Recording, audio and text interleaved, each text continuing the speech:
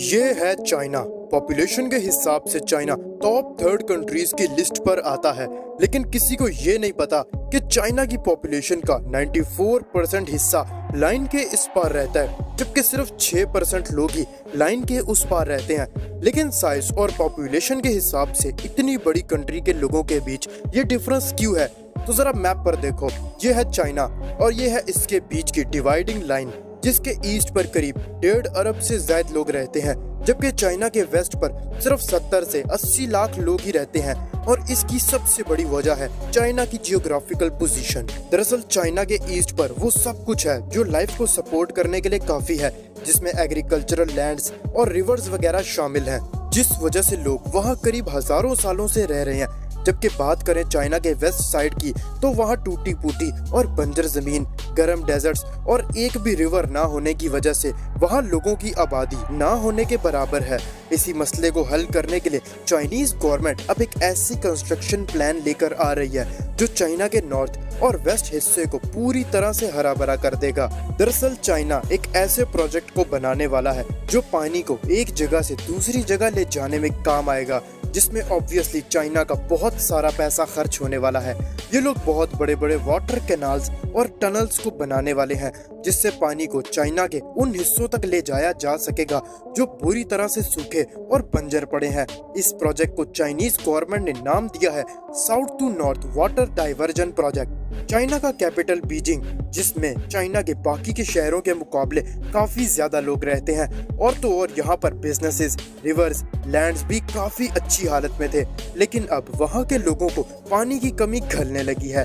दिन ब दिन तरक्की करता ये शहर अब पानी के शदीद किल्लत में आ चुका है, क्योंकि ये लोग पहले अंडरग्राउंड वाटर का बहुत बड़ा हिस्सा इस्तेमाल कर चुके हैं और वो भी अब खाली होने की कगार पर पहुंच चुका है। इसी के साथ साथ दुनिया का 5th largest desert Gobi desert भी चाइना में है, जो हर गुजरते टाइम आसपास की हरी भरी जमीन को भी बंजर रेगिस्तान में बदल रहा है, जिसका रिजल्ट ज्यादा सैंड और डस्ट स्टॉर्म्स है। इस प्रोसेस को डेजर्टिफिकेशन कहा जाता है।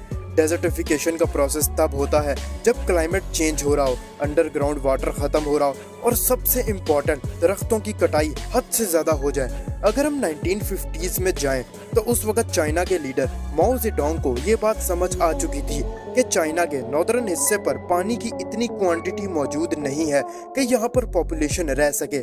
चनाचे माओ जेडोंग ने 1952 में ये प्लान बनाया कि चाइना के साउथ पर तो पानी की कोई कमी नहीं है, तो क्यों ना चाइना के साउदर्न पार्ट से पानी को नॉर्दर्न पार्ट तक ट्रांसफर कर लिया जाए, जिससे ना ही साउथ को कोई दिक्कत होगी और नॉर्दर्न पार्ट भी हरा भरा हो सकेगा। लेकिन उस वक्त इस प्लान को एग्जीक्यूट नहीं किया गया। लेकिन फिर ठीक 50 साल बाद 2002 में चाइनीज गवर्नमेंट ने इस आइडिया पर काम करना शुरू कर दिया। इस प्रोजेक्ट का एम था कि बड़ी बड़ी कनाल्स, डैम्स, टनल्स बनाई जाएं, जिसके पानी को साउथ से नॉर्थ तक ले जाया जा सके।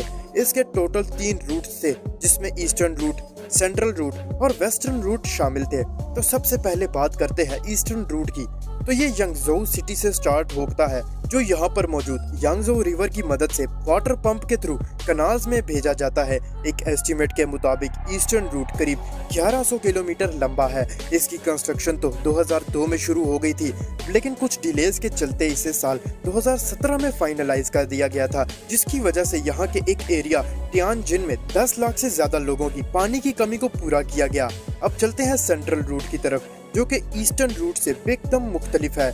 ये रूट डांजियांगो रिजर्वॉयर से स्टार्ट होता है और इस रूट में इन्हें पंप्स की जरूरत ही नहीं पड़ी, क्योंकि डांजियांगो के वाटर लेवल को बढ़ा दिया जाता था, जिससे पानी अपने आप ही नेचुरल तरीके से फ्लो होता था। और डैम के इस छोटे से चेंज की वजह से करीब 3 लाख लोगों को अपने घरों से बेदखल होना पड़ा और शिफ्ट होना पड़ा था, क्योंकि उनके घर इस कनाल के बीच में आ रहे थे। इस सेंट्रल रूट में बड़ी बड़ी वाटर कैनाल के साथ साथ अंडरग्राउंड वाटरवेज भी बनाए जा रहे हैं, और ये पानी के लिए एक हाईवे के तौर पर काम करेंगे। इसी के साथ साथ यहाँ एक एक्विडक्ट भी मौजूद है, जिससे शाही एक्विडक्ट के नाम से भी जाना जाता है।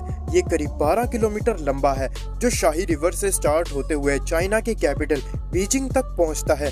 ये सेंट्रल रूट 2014 में बनाया गया था और पानी का बहुत बड़ा हिस्सा इसी सेंट्रल रूट से होकर जाता है, जो काफी लोगों की वाटर डिमांड्स को भी पूरा करेगा। बात करें अगर इस प्रोजेक्ट के फायदे नुकसान की, तो चाइनीज गवर्नमेंट की नजर में south to north water project एक सक्सेसफुल प्रोजेक्ट माना जाता है, जिससे करीब 14 करोड़ लोगों को सूखे और बंजर इलाकों में पानी की सहूलत मिलेगी। हालांकि कुछ लोगों का कहना है कि ये वाटर प्रोजेक्ट उनके वाटर रिजर्वॉयर्स को काफी नुकसान पहुंचाएगा, लेकिन वहीं जो लोग नॉर्थ पर मौजूद हैं उनका कहना है कि ये प्रोजेक्ट उनके बहुत से इलाकों को वापस से हरा भरा कर देगा। अगर आपको ये वीडियो पसंद आई हो तो वीडियो को लाइक जरूर से करना, चैनल पर फर्स्ट टाइम आए हो तो चैनल को भी सब्सक्राइब करते जाना। मिलते हैं अगली वीडियो में।